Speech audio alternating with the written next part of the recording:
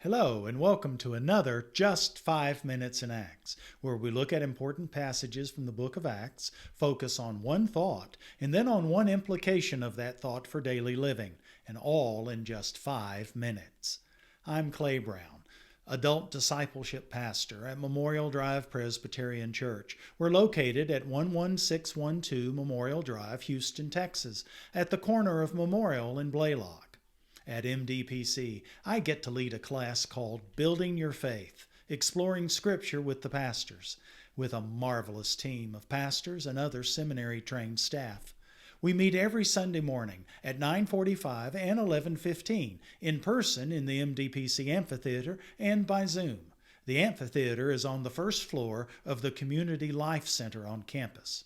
And if Zoom is best for you, then please note the shortcuts on the screen. Pick the one you need for either 9:45 or 11:15. Type it into your browser. Come on, join us. Now note the BYF in these shortcuts stands for Building Your Faith, not backyard football, something I played as a kid but have no business doing now. To hip replacements and increasingly arthritic knees. Being tackled is one thing, getting up is another.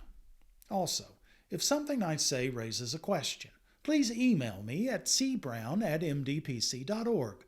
I'd love to have a conversation with you about Scripture, faith, and life. Send me an email. Today's passage is Acts 18 through 28. It's on the road with Paul, Priscilla, Aquila, and a new guy, Apollos. We focus on verses 24 through 26, about 2/3 of the way through our passage, from the New Living Translation. Meanwhile, a Jew named Apollos, an eloquent speaker who knew the Scriptures well, had arrived in Ephesus from Alexandria in Egypt. He had been taught the way of the Lord, and he taught others about Jesus with an enthusiastic spirit and with accuracy. However, he knew only about John's baptism. When Priscilla and Aquila heard him preaching boldly in the synagogue, they took him aside and explained the way of God even more accurately. Okay, what's our one thought? Priscilla and Aquila show us some important realities we need to know about how the early Christian movement deals with people in ministry. Paul is on the road with Priscilla and Aquila, who stay on in Ephesus while Paul moves on. Then Apollos shows up. He's a newbie, at least to us, from Alexandria. It's the home of a famous library, an intellectual hub, and a place where a lot of Jews have relocated. Some estimates are 1/3 of the city's population is Jewish. Apollos speaks of Christ eloquently, but parts of his theology are off target. He only knows John the Baptist's baptism, for instance. He's also missing, evidently, input about the Spirit's role in Christian living. Other things, too, probably. So, how do Priscilla and Aquila react in Paul's absence? Note 2 things. 1, they act.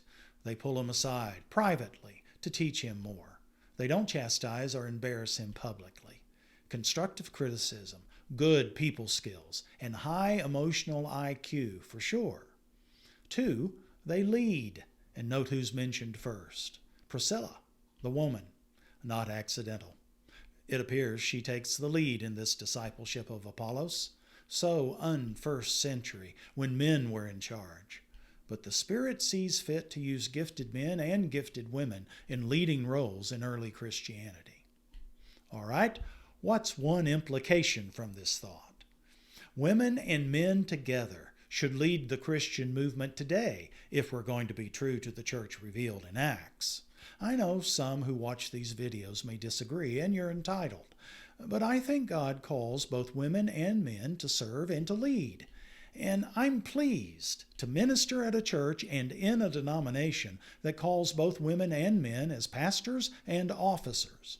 My direct report at MDPC, a fellow pastor, is female. Well, who gives a rip? I don't. I care more that she's a gifted pastor, that she leads, listens, prays, gives counsel, constructive criticism as needed, tolerates my feeble attempts at humor, and puts up with my idiosyncrasies, like Priscilla with Apollos. This transcends cultures.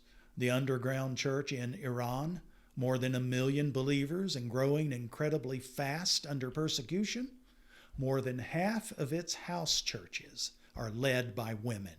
In Iran, we're missing Spirit-provided opportunities to share and to live the gospel if it's not more about giftedness and vocation and less about men and women. Well, that's enough for now. Thanks. God bless. And see you soon for the next Just 5 Minutes in Acts.